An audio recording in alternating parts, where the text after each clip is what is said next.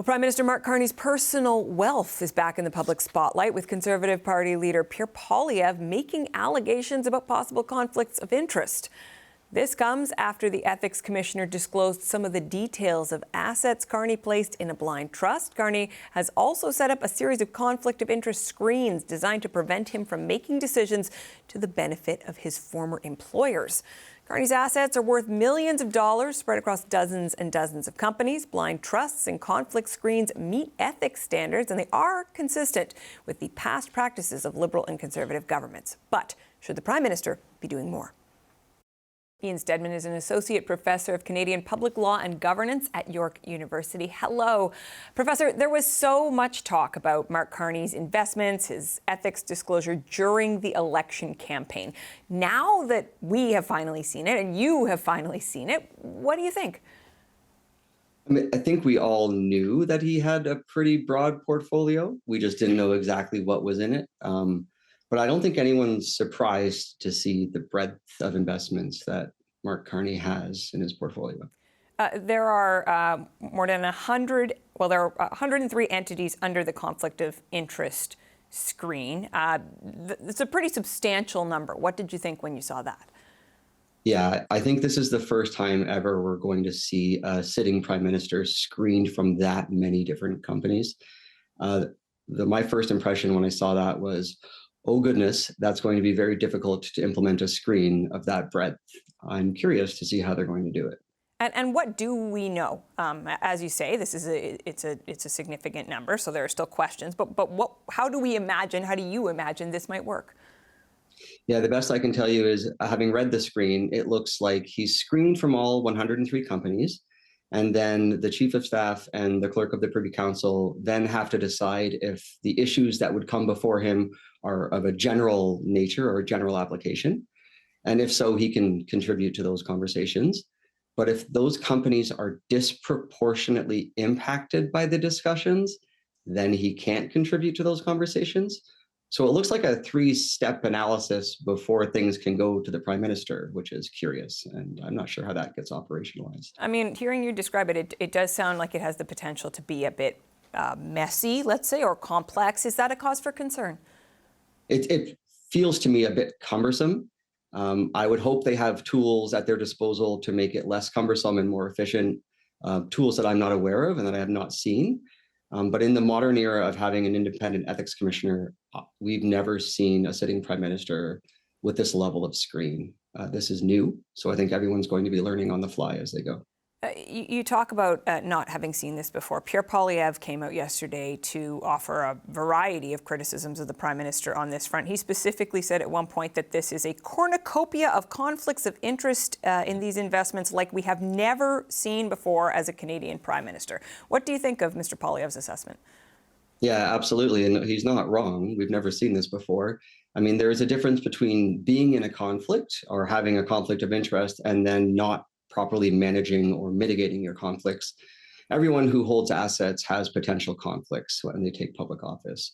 The question is now, can they do what they need to do to make sure Prime Minister Carney mitigates those conflicts and does not put himself in a position to, I think, harm the public's trust in his ability to govern properly? Based on the information we have right now, how confident are you that that will be the case? You're smiling there. Yeah. I think there's no way he can avoid being in a conflict here and there. I think he's going to have to do the right thing and be transparent about it and explain why he needs to contribute to a conversation about a particular file. I think we'd be crazy to think that he can express an opinion about something and not vote on it, but not have influence over what happens as a result of his opinion being expressed. Like, as long as he's in the conversation, he's going to have influence over the results. There's just no way to avoid that. He's the Prime Minister.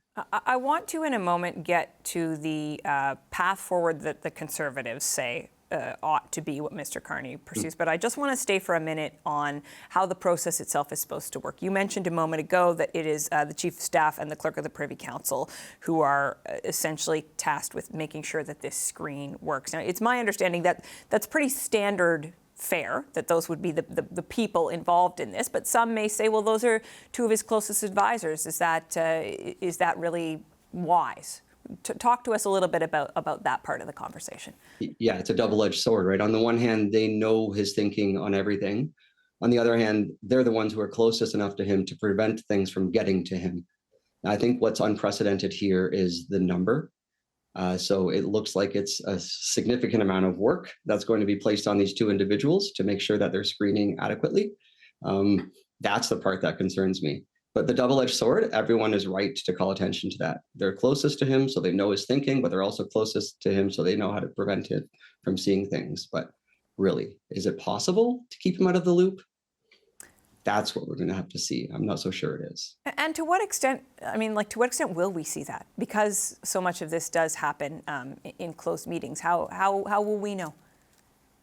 He has an ambitious policy agenda. There are things that are going to come before the public's attention. There are things that are going to be in the media that are going to be scrutinized by yourselves in the media. And so we'll have opportunities to ask him, how did you determine that you weren't in a conflict here? Tell me the analysis where you looked at this and thought that it wasn't a disproportionate impact on this Brookfield company versus the rest of the industry. And we're going to have opportunities to ask him those questions. And I think, the opposition will, just like we all should. The opposition, Conservative leader Pierre Poilievre, has said that, in fact, what the Prime Minister should do is sell his investments, turn them into cash, hand them to a trustee who can then invest in a way that is truly blind to the Prime Minister. Also, that should be the new sort of MO going forward. What do you make of that assessment? Is that too much to ask of people in public office? There's a lot there. I think absolutely that would be the only way for us to know that he's blind to what's in his, share portfolio. But there's more going on in his assets and his portfolio that you couldn't blind him to. So that's one approach. I think the knock-on effect might be that it disincentivizes people wanting to run for public office if they have to divest everything. But I think it's a good suggestion that we should be talking about in the future, especially when people are coming in to become Prime Minister without having first been elected to public office. That's an interesting conversation. There are so many interesting conversations here, and it is a part of the political life that most Canadians don't think about all that often. So in closing, I guess, what would your takeaway be for Canadians about this issue that has certainly the Conservatives tried to make it a political hot potato during the election campaign, and the indications are they are going to be focused on this. Based on the fact that Mr. Poilievre was out yesterday, I think we can expect to hear more from him on this. Yeah, I think a few points. Historically, politicians will say, I've complied with the ethics commissioner. When the rules in place don't contemplate what we're seeing, compliance may not be enough.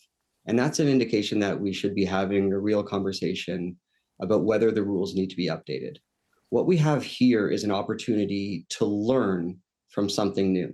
And I really hope that Prime Minister Carney doesn't look at this and continue to say, I've complied, but instead says, this is tricky.